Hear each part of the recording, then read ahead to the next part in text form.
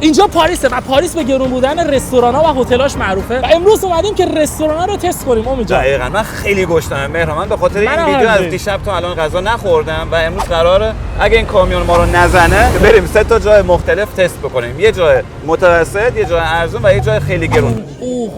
این دو همین گزیده و بعداً تصمیم بگیریم که کدوم جا از همه خوشمزه‌تر و بهتر بود واسه اون پولی که قراره خرج بکنیم. اوکی، به نظر تو از همین الان حدس بزن رستوران گرون خوشمزه تره، متوسط یا ارزونه؟ مهران جان من قراره امروز تو رو ببرم یه جای خیلی ارزون که بهت قول میدم انگشتاتم بخوری اونجا. لیتس گو.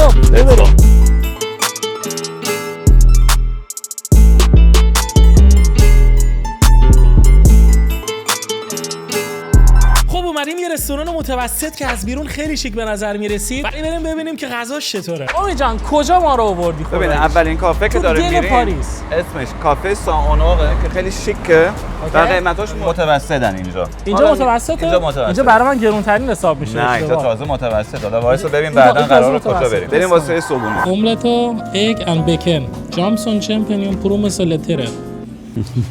خب ما جامونو عوض کردیم. یارو زنه پریس پشت با. جدی؟ ببین غذایی که من سفارش دادم اول از همه مهمترین چیزش یه دونه کاپوچینو بود. آره.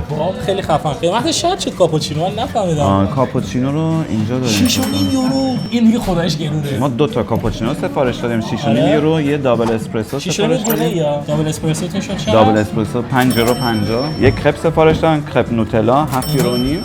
اوکیه به نظر من 7 یورو نیم واسه کرپ. منم یه املت سفارش دادم. املت میکس. املت میکس چقدره؟ 15 یورو نیم. به نظر من 15 یورو واسه املت زیاد هست نسبت به آلمان ولی خب ما جای توریستی بغل موزه لور می‌بینیم. دقیقاً. یه چیزم سفارش دادیم، یه ساندویچ تیپیکال فرانسوی به نام کوک مادام 17 یورو. مثلا همینو تو فرانکفورت سفارش بدیم بگو 10 یورو دیگه فوقش. همین تو ایران 2 یورو. یه ساندویچ توست دیگه. که تخم مرغ میشکنن روش میارن.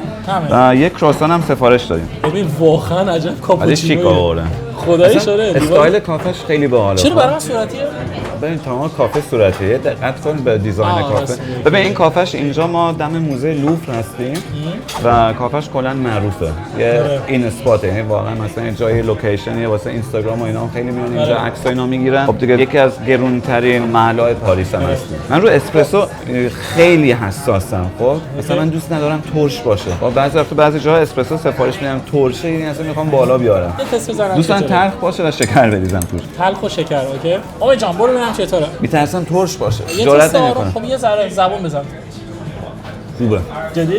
خوشمزه. حالا بریم سراغ کاپوچینوی من. کاپوچینو صورتی. بچه‌ها خداییش آبرو حیثیت ما رو این رستورانا برده. چه صورتی؟ من میگم یه عکس بگیریم اینا بکنیم عکس پروفایل.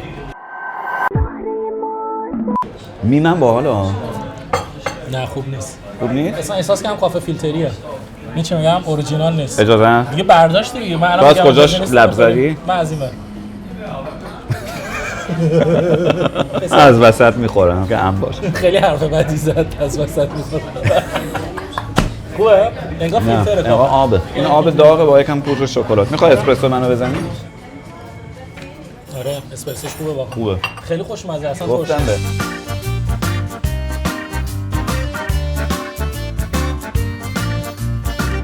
امید دیگه صبحونه نهارشام با هم نه؟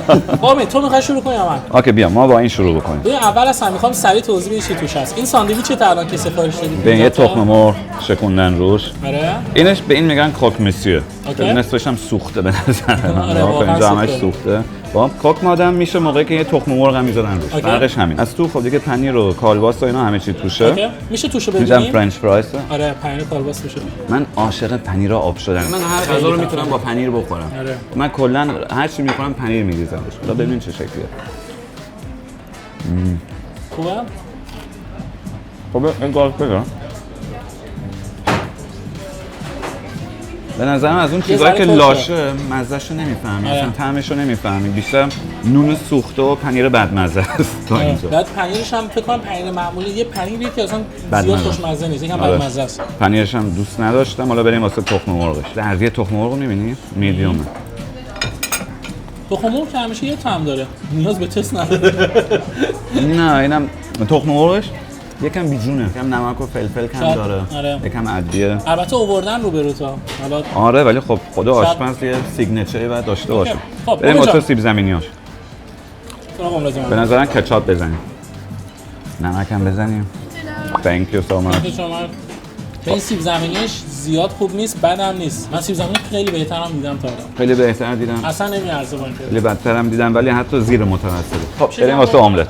من برات جدا کردم. بچه اینجا که سالاده اصلا نیاز به تست نداره. مثلا کاملا فرق میکنه با اون املت‌های خوشمزه قلب خونه‌های ایران. خب مثلا با تخم مرغ و رب گوجه و ادویه و اینا. تخم مرغ بعد بینش سوسیس هم هست. خیلی باحاله. اینجوری میان چی میگن؟ قاطی میکنن و درست میکنن. اوکیه. پنیر داره. نفهمی خوبه. اوکی بود. از اینی که من سفارش دادم خیلی بهتره. طعمش خوبه. طعمش عالیه. منم دوستش دارم. یه طعم نمیدونم سوسیس خوشمزه‌اش کردن. خب بخوری قشنگ؟ نه، راحت باش. نوش جون. بامی جان راضی هستی از صبونه اینجا؟ هنوز دو تا چیز داریم که تست بکنیم. اینم خب تیپیکال فرانسوی کرپ هستش. کرپ مثل پنکیک ولی خیلی نازک‌تر. خب که واقعا تو فرانسه دیگه معروفه. این دیگه خوب نباشه دیگه من نمیدونم. ببین کرپ همیشه خوبه. اگه اینا بد در بیان دیگه اصلا واقعا آشپز باید بندازن بیرون. بفرمایید. نوتلا رو فقط ریختن روش، لاش نیست. من اصلا دوست داشتم لاشم باشه. نه لاش نریختن، فقط روش. در رابطه با صبونه داریم حرف می‌زنیم. آره، در رابطه صبونه. نوتلا دیگه. مثلا می‌بینیم مثلا دوستان اینجا مثلا وسطش اینطوری باز باشه، لاچاکش هم شکلاتی باشه. نه لاچاکش نریختید. خب برو بگو لاچاک بریز لطفا. چیز آقا ببینیم که این چطوره؟ این خوبه. خوبه. کیفیت پنکیکش واقعا خوبه. بعد با اینکه نوتلا روش اصلا زیاد شیرین نیست، یعنی پنکیک شیرین نیست زیاد، ولی نوتلا شیرینه، بعد خیلی میکس میشن، خیلی خوب میشن. چیز بعدی که ما داریم کراسون. واه، تیپیکال فرانسوی. ببین کرواسانت فرانسوی زیر زبونت میذاره بعد آب شه. این خشکی نباید دهنتو پاره کنه. اول خود کراسون رو تست میکنم. ببین اگه آب شد یعنی خیلی خوبه. کاری به تمامش هم نداشته باشه. ببین یکم تو نوتلا بزنم، آپگریدش کنم. آره. ببین بچه‌ها کرواسون یکم آپگرید میخواد، یکم کره میخواد، مربا میخواد. خود کرواسانش در حد خود کرواسون باید کره داشته باشه ولی خوب نیست. نه مثل توستش که یکم زیاد یکم سوخته بود، اینم یکم زیاد تو اوون بوده. کرواسون بعد آب شه، این آب نشه. خامی جان مرسی که دستتم اینجا تکوندی. حالا ما 3 روزه تو پاریسیم. مهران شده اصلا مانکن. 3 روزه میگه من رژیمم، من اینو نمیخورم، من اونو نمیخورم. من الان درخواست فاکتور رو کردم ببینیم جمع صبونمون چقدر شده و بعداً رای بدیم به اینجا. آقا بچا فاکتور رو آوردم. فاکتور معلوم مالیات نمیداد. من خواستم همینو بگم. یعنی درست فاکتورش یعنی چیز مالیات ندادن، یعنی به صندوق نزدن هیچی. جمع غذامون شده 57 یورو که من با اجازه بهش 65 یورو دادم. آره دیگه. یعنی تو دادی. خب جان بریم سراغ امتیازدهی. آره بریم. میخوای اول من شروع کنم؟ اوکی شروع کن. کاپوچینوش زیاد خوب نبود، املتش عالی بود، کرواسانتش متوسط، قبش بچا عالی بود ولی غذای امیدم متوسط بود. ببین اگه بخوام روباس باشم مثلا کافه متوسط اوکی است ولی نسبت به این پولی میری خیلی کمه. یعنی مثلا سیر میشی یا سیر میری بیرون ولی خب اون طعم غذا رو نمیچشی. به نظر اصلا خوب نیست. 2.5 یا 3 تو تصمیم بگیر. به نظر من املتش خیلی متوسط و ساده بود، نه طعم به خصوصی داشت. ساندویچ من افتضاح بود، سوخته بود، خوشمزه نبود. از چیزایی که توش بودن اصلا مزه‌ش رو نمی‌فهمیدیم. سیب زمینی‌هاش هم زیر متوسط بودن. خب واسه این وقت صبح بغلا یه سیب زمینی طلایی فرش می آورد ولی نگاه کن اصلا قهوه‌ای و یه چیزی که واقعا تو پاریس هر جا که میری بعد جواب بده کراسانه که اینش هم خوب نبود. خب کراسانش خوب نبود، خپش خوشمزه بود خدا وکیلی. خب ولی تنها چیزی هم که خوب بود به اضافه اسپرسو اونم خوب بود ولی کافه شما خوب نبود مثلا. خب ما 65 یورو پول دادیم. خب یعنی به نظر من این غذایی که ما خوردیم 25 یورو هم ارزش نداشت. و به خاطر همین من به اینجا از 5 ستاره 2 ستاره فقط میدم. اوکی مهران جان من بهت قول میدم 2 تا جای دیگه که قراره امروز بریم همون ارزونه همون خیلی گرونه قراره خیلی خوشمزه باشه. یعنی بچه‌ها به خاطر همین من زیاد اینجا غذا نخوردم چون که خوب نبود، چون که میخوام اونجا شکممو پر بکنم. بریم تستش کنیم. منم خیلی گشنمه اصلا اینجا هیچی نخوردم. لیتس گو. این همش خودت خوردی املت؟ آره خودم. بچه‌ها بریم رستوران بریم. خودم همشو خوردم ها. آره دیگه. آره. خب مهران جان می‌بینی اینجا که اومدیم بهش میگن روی ساندنی. خب و اینجا خیلی این بیستوریه همه مغازه‌ها. خب قیمت‌ها پایینه، خیلی شلوغ پلوغه، اتفاقا باحال هم هستش اینجا. یکم وایب پاریس رو بهم میده. و شبا اینجا کلاً پره، یعنی اینجا شبا کلاً شلوغ، جوونا میریزن قبل یا بعد کلاب و اینا. جایی که می‌خوام بریم اینه؟ نه اینه. بعد از اون تجربه ناامید کننده اومدیم یه رستوران ارزون ولی شلوغ. به نظرم این نشونه خوبیه. ببین اینجا یه چیزی هستش که من واقعا باهاش حال میکنم، ساندویچ مرگسه. مرگس سوسیس عربیه که کلا عربای شمال آفریقا که اومدن پاریس با خودشون آوردن این غذا رو به فرانسه.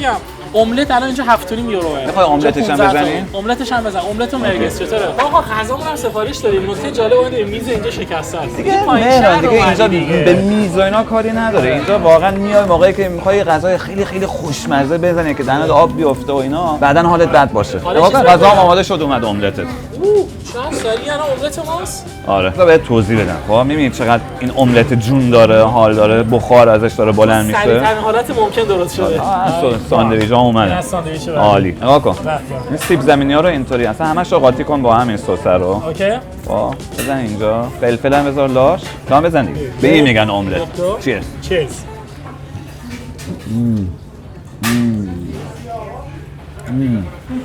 یعنی اصلا ریخت ساندویچ وایب اینجا اونجا ولی اینجا که رفته بودیم دیگه خیلی فرانسوی بود به نظرم. اینجا وایبش خودمونی تره. واقعا ساندویچش بد نیست. ولی بریم واسه اصل کار. سوسیس مرگس. به خاطر همین ما اومدیم اینجا. این سوسیس گوسفنده با چربی و ادویه زیاد. خب بزن. فقط اول خود سوسیس رو بزنیم. اوکی. مزه پیور. آره. خوبه عالیه. می‌بینی؟ خیلی پر ادویه خفنه. بچه‌ها ببین پر ادویه و خفنه. بعد یه ذره تندم هست. دقیقاً من این سوسیس هم خوردم ولی این خیلی خوشمزه. حالا به این میگن عشق. سیب زمینی هم میذاری روش. انگوشت‌ها هم خوشمزه شدن. می‌خوای بخوری؟ نه. شما هم غذا که میاد در جان نمک میزنید یا اول تست می‌کنید؟ امید فلفل خیلی تنده، حواست باشه. چقدر تنده؟ خیلی. چقدر؟ ببین من تندترین فلفل دنیا هم خوردم ولی این تنده. الان نمیتونی تست کنی، اگه بخوری خوب نیست. چون می‌خوای تست کنی ولی این فلفل طعمش تغییر میده. خوردی؟ منم میتونم بخورم ولی تنده. نه نیست. اونم بده. دادنش چیزه. گنده گوز میلیاردر اینم از اینم بخور. اینم میخورم. اگه تو شب اسهال نشد. 1 2 3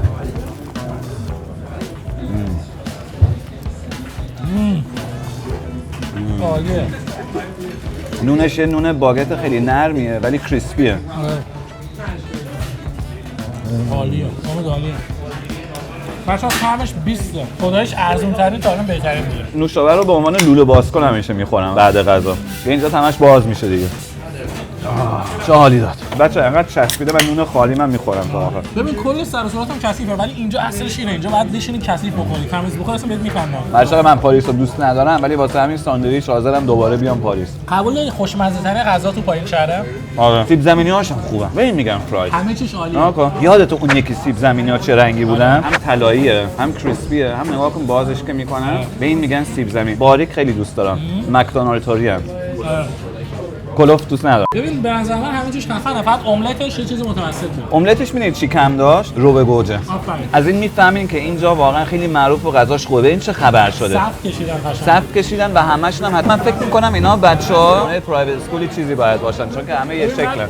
همه یقه دارن، پلیور پوشیدن، تیپشون هم پولداری میزنه. غذامون هم سه سود آماده شده. آره. ما تا سفارش لفتش نداد. باید بجد اینجا صف. بریم واسه امتیازات. بریم امتیازات. ببینید ما الان واسه 3 تا ساندویچ و 3 تا نوشابه 31 یورو پول داریم. یه نفری بگو 10 11 یورو. 10 11 یورو واسه سیب زمینی، ساندویچ، نوشابه و واقعا یه غذای خیلی خوشمزه. من اول امتیاز بدم. ببین من به اینجا واقعا 4 میدم.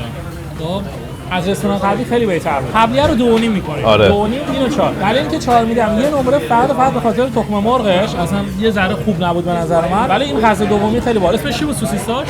مرگس فریت. نرگس فریت. مرگس میشه سوسیس اسمش مرگسه. فریت یعنی با فرنچ فرایز. غذا تو چیه؟ ببین غذاش خیلی خوشمزه بود. خب آره دیگه اینطور غذا میگن سول فود دیگه. خیلی خیلی سالم خب اینطور جای نیستش. خب خیلی خوشمزه بود، خیلی حال داد و قیمتش واقعا فقط 10 یورو بود. اینم تو شهر پاریس. دیگه خیلی حرفه. تو پاریس 10 یورو این دیگه خیلی خیلی مناسبه. من به اینجا 4 ستاره و نیم میدم. 4.5 هولی شت. من اون یه ستاره رو فقط واسه این کم کردم که تخم مرغش خب کاش که من تخم مرغ سفارش نداده بودم. میتونستیم. رستوران قبلی کیفیتش اونقدری که فکر می‌کردیم خوب نبود. ولی اینجا یه غذای ساده و خوشمزه رو با یه تجربه خیلی بهتر داشتیم. امید جان برای گرونترین رستوران ما رو به کجا آوردید؟ ما الان اومدیم پلاس د لوپرا.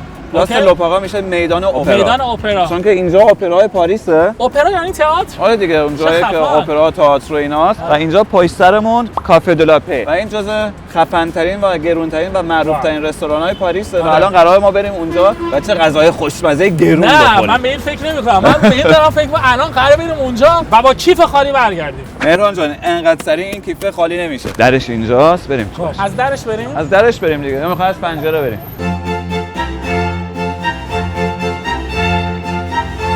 حالا اومدیم یه رستوران لوکس و معروف که خیلی‌ها میگن تجربه خاصی داره. از دکوراسیونش که بگذریم ببینیم غذاش در چه حده. خب بچه‌ها نه به اونجایی که الان رفته بودیم ساندویچ بخوریم نه به اینجا که الان اومدیم. ببینید اینجا همه چی شیک و پیک، همه آرومن. اصلا نباید بلند صحبت کنیم. اگه بلند صحبت کنیم خیلی کار زشتیه. خب مهران جان ببین بذار یه نگاه به منوش بندازیم. بریم که چی داره امید یه سوال دارم. چرا همه غذاش 3 تا 0 شروع شونه؟ مهران جان مگه تو بچه جنوب نیستی؟ چرا؟ سیفود دوست داری؟ غذای دریایی؟ غذای دریایی. اوکی آره. خب پس بذار یه چیز باحالی واسمون سفارش بدم. این پلیته که سفارش دادیم اوکی مناسبه 120 یورو پولش بود واسه 2 نفر 240 یورو. آره. و استیک وگیو هم سفارش دادیم که گفت البته کوچیکه ولی واسه ما اوکیه چون که می‌خوایم تستش بکنیم. می‌بینم که شاید 85 یورو. دوستان ببینن چی خوشمزه تره اون سوسیس ارزون پر ادویه که خوردیم یا گوشت وگیو 85 یورویی که الان سفارش دادیم. من عاشق غذای تندم. من اصلا روانی ام واسه غذای تند. هرچی تندتر باشه بهتر. می‌خوام انقدر تند باشه که دهنم بسوزه کاملا. من معمولا نه. من همون غذا معمولی به نظرم اوکیه. مگه بچه جنوب نیستی؟ جنوبی‌ها تند می‌خورن. میتونم بخورم. قبلا هم می‌خوردم ولی الان دیگه نمی‌خورم. بدم میاد. میگم با یه چالشی چیزی بذاریم سر غذای تند. اگه تونست تندتر بخوره مثلا من تندترین چیپس دنیا، تندترین سوسیس دنیا، تندترین پاستیل دنیا. تو ویدیو قبلی اسپری خرس رو چشام تست کردم. دیدی اونا؟ خب اگه پایه بریم چالشو بریم. تو آلمان چیز خوردی؟ اسپری خرس رو چشم. پایه نه بابا. تو آلمان چیز خوردی کاریووست؟ آره. خیلی تندش بکنن. یه جا تو برلین هست تندترین کاریووست داره. ما هم نزدیکای خود یه جا داریم که حتی باید امضا بدی بهش. در اصل سوسیس تند نیست، ادویه که میزنه بهش. خب یعنی انگشتای پاد اینطوری میشن تو کفش از تندی. اگه این ویدیو 10,000 تا لایک گرفت میریم تندترین سوسیس اونجا می‌خوریم. دی همونجا که تو گفتی. اول با نونش یکم حال بکنیم. بعد از 5 دقیقه آره اول نونو البته نه این نون واسه پلیت غذای سیفودمونه که آورده. جعبه ابزارش هم آورده. Thank you so much. این ناخن گیره این واسه ختنه کردنه. بچا همین الان به ما گیر دادن چون ما دوربین اومدیم توی رستوران. نه اتفاقا گیر نداده بودن ولی دیدن ما داریم تایم میگیریم. خیلی فکر کردن جدیه. من داشتم گارسون میدادم رفت پیش منیجر گفت اینا دارن تایم میگیرن و حواستو باشه اینا و منیجر البته خیلی با ادب اومد گفت لطفا فیلم نگیرین تا به خاطر همین ما تصمیم گرفتیم فیلم گرفتن رو ادامه بدیم البته با آیفون پرو. گفتن نگیرین. آره این چقدر خوشگله. خواستم ببرم با چاقو من. میتونی ولی میتونی کره اونجا. این اتوماتیک عده با کلاسا رو داشتم. چقدر فلافیه بازش که میکنی. مهران یکم با سلیقه نونو اینطوری بازش از این گوشه کندنم با سلیقه است دیگه. نه نگاه کن اینطوری واسه بیننده ببینن چقدر خوشمزه واسه این کار تو هستی دیگه. واسه این کار تو اینم از یه ذره کره. این فکر کنم مایونزه. ببین میگن کره کرده همینا. نه این مایونز بودا. این واسه غذای سیفوده که قراره بیاد. مایونزه که اون کروسانی که امروز صبح واسه صبحونه به ما تحویل ندادن الان به صورت یه نون به شکل یه نون دارن به ما تحویل میدن. خیلی خوشمزه. عالیه. ولی کافش اصلا خوب نیست. بازم خوب نیست بده تست. از این ور تست کن. بیشتر آب تا کافه. اوکی. از اون امروز صبحیه بهتره. امروز صبحیه بهتره. واو. Thank you so much. خب مهران جان ببین چقدر خوشگله این غذا که اومده. اصلا یعنی انقدر تازه است که اصلا داره بود آب دریا رو میده به نظر من. تا حالا صدف نخورم خیلی برام. صدف حال می‌کنی؟ نه اصلا. خب خوب موقعیه که با این کار شروع بکنی. دیگه این پروتئین خالیه. دیگه نمیتونی بگی رژیمم نمیتونم بخورم. خب این که زنده است. نه بیا واسط آماده بکنم این صدفو. خب من واسط اوکیش میکنم. ببین این پایین سرکه با پیازه. اینو میریزیم تو صدف. یک کم نمک بهش میزنم واسه. یکم باید شلش کنیم که الان بعد این الان خامه که میخوایم بخوریم درسته؟ آره. امید خامه. وایسا. اینا بگید داشته باش آبش نره. آبش خیلی مهمه. امید خامه. واسه خودم هم یکی درست بکنم. خیلی چیز خوبیه. وایسا. ببین نه نگو این حرفو ببینم. نبود تازگی میده. مهران نگاه کن. همین گوزیده. الان از اینجا یه چیرس میزنی میری بالا باشه. مهران دیگه نکن. اذیت نکن بچه‌ها رو. نوبت امتحان کردن صدف رسید. بوی خیلی بدی میده. انگار یه چیز بین دریا و مردابه. هر چی بهش نگاه میکنم بیشتر دلم نمیخواد بخورم. بچه‌ها دارن نگاه میکنن. تو واسه ویدیو هم که تو همه تو جنگل میری اینو نمیخوری؟ آبشو میشه نخورم؟ با آبش خوشمزه است. رفت. همه صدف‌ها واسه خودم. چطور بود؟ وای امید مثلا مزه خاصی نداشت ولی داشتم میوردم بالا چون بالا چرا؟ بود واقعا داشتم حالا بد بود؟ یه چیز نرم و ژله‌ای داشتی می‌خوردی اصلا عادت ندارم به چه غذایی. میشه جون کوالیتی صدفشون واقعا 10 از 10 یعنی عالیه این صدف. فکر نکنم که بخوام بخورم ولی اصلا به هیچ عنوان ولی من اینو نمیخورم. این حلزون؟ آره. اوکی. اینو دیگه خدایش نه. نه اینم اوکی. بیا بهت نشون بدم. آقا با این میری تو. خب واقعا میخوای حلزون بخوری؟ تو نمیخوای؟ ببینم آقا میزنیمش تو مایونز. حلزون رو با مایونز میخوری؟ حلزون با مایونز اتفاقا جزء غذای فیوریت تو فرانسه. الان خوشمزه بودین؟ آره اینو که دیگه اوکی. آره هامبورگ خوردم ولی این زنده است. من پخته‌شو خوردم. نگاه کن همش پروتئینا. بریم برای تستش. عالی. نه هامبورگ بچه‌ها عالیه. من زیاد خوردم. برای چنگکش منم بشکن. این بهترین گوشته. مگه بوده همینجوری میگم نه واسه همینجوری میگم میخورم دیگه. همینطوری درش میاری؟ آره. خوبه؟ حال میکنی؟ آره. عالی. این چیزه اینم خرچنگه. اون لابستر بود این خرچنگه. فرق این لابستر سلطانش منم. این؟ آره. نگاه کن ولی چقدر گنده و کلفتی. پس این واسه تو. اینجا انقدر الان دیگه سری کار کردن که گوشت وگیومون هم اومده. این قسمت سبز داخلش من تولید نخورم. بخور. اتفاقا خیلی خوشمزه. این کجاش میشه؟ مغز ایناش میشه. مغزشه. بریم واسه میگوش. میگو که اصلا کاری قراره. خامم میخوری؟ آره. بریم واسه آره نخوردم ولی میخورم. نخوردی؟ نه. چرا؟ تو ایران کمتر رسم اینا رو خام خورد. درسته؟ خام خور اصلا ما تو ایران نداریم. بریم واسه میگو. کیفیتشون به تازگیشون همیشه. عالی. چه جنایتی کردیم تو این بشقاب. خرجای همه چی تیکی کردیم. اصلا میگو خام. خیلی خوبه میگم به همش هم پروتئین ها یعنی به رژیمت میخورن این میگو عالیه واقعا عالی بود گفتم به نگاه کن چه خوب اینا در آوردن زنیم اینم تو مایونز چیزی که برام سوالی که چرا همه رو با مایونز میخوری خیلی حال برام باید بخوری واقعا یعنی نباید ولی میتونی اینم عالی بود دلم میخواد الان بریم واسه استیک تا سرد نشه استیک وگیو با ترافل روش چیه سیب زمینی ها اینا چی ها ترافل یه نوع قارچه این گرونترین قارچه آقا وگیو میفهمی که پر چربیه خب وگیو کلا همیشه چربیش خیلیه ولی من فکر میکنم اگه این خوب باشه الان رو زبون ذوب میشه خودش خب چیرز